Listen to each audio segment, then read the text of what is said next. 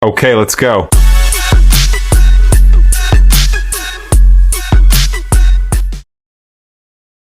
He was born a slave. His leg was broken by his master. He owned nothing. He controlled nothing. And yet, this man became so mentally unbreakable that emperors studied his words. Generals carried his book into battle. And 2,000 years later, Navy SEALs and billionaires still follow his teachings. His name was Epictetus, and he discovered 10 principles so powerful that if you truly understand them, nothing in this world can break you. Not failure, not rejection, not loss, not fear. Nothing. These are the 10 Stoic principles that will make you untouchable. Principle 1. Master the dichotomy of control. Epictetus opens his handbook with these words: "Some things are within our power, and some things are not." This is the foundation of everything. What's in your control? Your thoughts, your judgments, your actions, your responses. What's not in your control? Other people's opinions, the weather, the economy, your boss's mood, whether someone likes you. Most people suffer because they confuse these two categories. They try to control what they cannot, and they neglect what they can. The person who rejected you? Not in your control. How you respond to rejection? Completely in your control. The job you didn't get? Not in your control.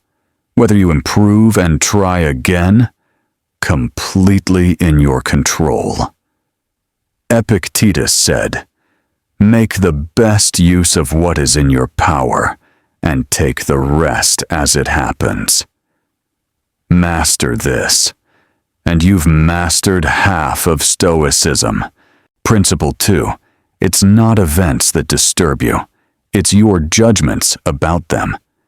This might be the most powerful idea in all of philosophy. Epictetus put it simply. People are not disturbed by things, but by the views they take of them. Think about it. 2 people get stuck in traffic. One screams at the steering wheel, ruins his mood, arrives angry. The other listens to a podcast, makes phone calls, arrives calm. Same traffic. Completely different experience. The event didn't cause the suffering. The judgment did. Someone insults you. The insult itself is just words, just sound waves. It only hurts if you decide it hurts. This is not about pretending bad things are good. It's about recognizing that your interpretation creates your reality. Change the interpretation. Change your life. Principle 3. Anyone who can anger you becomes your master. Epictetus warned, any person capable of angering you becomes your master. They can anger you only when you permit yourself to be disturbed by them. Read that again. Every time you get angry, you hand your power to someone else. You become a puppet, and they hold the strings. That driver who cut you off, he's controlling your mood. That comment on social media, it's living rent-free in your head. That person who disrespected you years ago, still your master. The Stoic asks, why would I give anyone that power over me? Anger feels powerful, but it's actually weakness disguised as strength. True power is choosing not to react. True strength is staying calm when everyone expects you to explode. Epictetus spent years as a slave with no external freedom. But he was more free than his masters, because no one could control his mind. Principle 4. Expect nothing, and you will never be disappointed. Epictetus taught, don't seek to have events happen as you wish, but wish them to happen as they do happen, and all will be well with you. This sounds like giving up. It's not. It's the opposite. It's freedom. When you expect a specific outcome, you set yourself up for suffering. The world rarely cooperates with our expectations. You expected the promotion?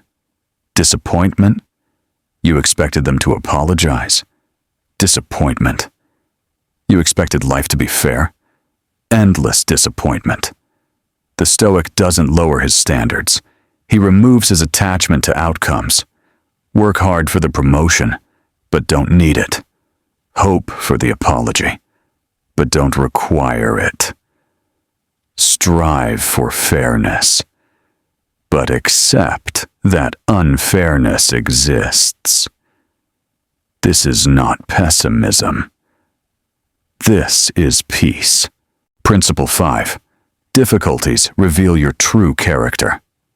Epictetus said, "Circumstances do not make the man, they only reveal him to himself." And every difficulty in life presents us with an opportunity to turn inward and to invoke our own inner resources. You don't know who you are until you're tested. Anyone can be calm when everything is going well. Anyone can be kind when it's easy. Anyone can be disciplined when there's no temptation. But who are you when everything falls apart? That's your real character. The Stoics didn't fear difficulty. They welcomed it, because difficulty is the gym for the soul. It's where strength is built.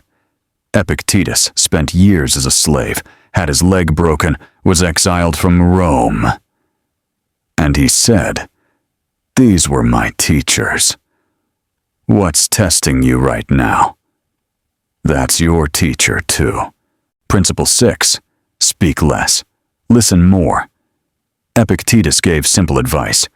We have 2 ears and 1 mouth so that we can listen twice as much as we speak. And be silent for the most part, or say only what is essential and in few words. Why? Because most talk is wasted. We talk to impress, to fill silence, to hear ourselves. We share opinions no one asked for. We argue about things that don't matter. The wise person conserves words like a soldier conserves ammunition. When you speak less, you observe more. You learn more. You make fewer mistakes. Silence is not weakness. Silence is power in reserve. Next time you're about to speak, ask, is this necessary? Is this kind? Is this helpful?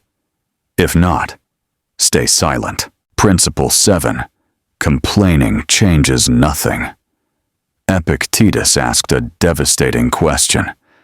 How does it help to make troubles heavier by complaining about them? Complaining feels good in the moment. It feels like action. But it's the opposite of action. Every second spent complaining is a second not spent solving. The weather is bad. Complaining won't change it. Your job is hard. Complaining won't make it easier. Someone wronged you. Complaining won't undo it. The Stoic rule: if you can change it, change it. If you can't, accept it. There is no third option. Complaining is the third option that doesn't work. From today, try this. Every time you're about to complain, stop. Either take action or accept the situation. Watch how much energy you save. Principle 8. Choose your company carefully. Epictetus warned, the key is to keep company only with people who uplift you, whose presence calls forth your best. And other people's views and troubles can be contagious. Don't sabotage yourself by unwittingly adopting negative attitudes through your associations. You become the average of the people you spend time with. Surround yourself with complainers? You'll complain. Surround yourself with gossips? You'll gossip. Surround yourself with people who make excuses? You'll make excuses. But surround yourself with people who take responsibility, who pursue excellence, who refuse to quit, and you'll rise to their level. This isn't about being arrogant or abandoning old friends. It's about being intentional. Your environment shapes you more than your willpower. Protect your environment. Principle 9. Stop waiting. Start now. Epictetus delivered one of his harshest lessons. How long are you going to wait before you demand the best for yourself? You have been given the principles. Now put them into practice. Stop letting yourself be distracted. And if you are careless and lazy, always deferring to tomorrow, you will not notice that you are making no progress. You will live and die as someone quite ordinary. Most people wait for the perfect moment. The perfect moment never comes. They wait until they feel ready. They never feel ready. They wait until the fear goes away. The fear never goes away. The Stoic acts despite imperfection, despite fear, despite uncertainty. Whatever you've been putting off, start today. Not tomorrow. Today. Because tomorrow, you'll say tomorrow again. Principle 10. True freedom is internal. Epictetus, the man who spent years as a slave, said, "No man is free who is not master of himself." And freedom is the only worthy goal in life. It is won by disregarding things that lie beyond our control. Most people think freedom means being able to do whatever you want. But that's not freedom. That's slavery to your impulses. True freedom is mastering your own mind. The man who can't control his anger? Not free. The woman who can't stop comparing herself to others? Not free. The person addicted to approval? Not free. External chains can be removed. Internal chains must be broken by you. Epictetus had no control over his body, his property, or his circumstances. But he had complete control over his mind. And that made him the freest man in Rome. Epictetus was born with nothing, lived as a slave, had his leg broken, was exiled from his home. By every external measure, his life was hard. But he discovered something the world still needs to hear. You cannot control what happens to you, but you can control how you respond. And when you master that, truly master it, nothing can touch you. Not failure, not rejection, not loss, not fear. Nothing. These 10 principles aren't just ideas. They're tools. Use them. The question isn't whether life will test you. It will. The question is, will you be ready? If this video gave you something valuable, subscribe to the Stoic Path. We explore ancient wisdom that actually works in modern life. Next, Marcus Aurelius on how to lead when everything is falling apart. Until then, remember, nothing can affect you without your permission.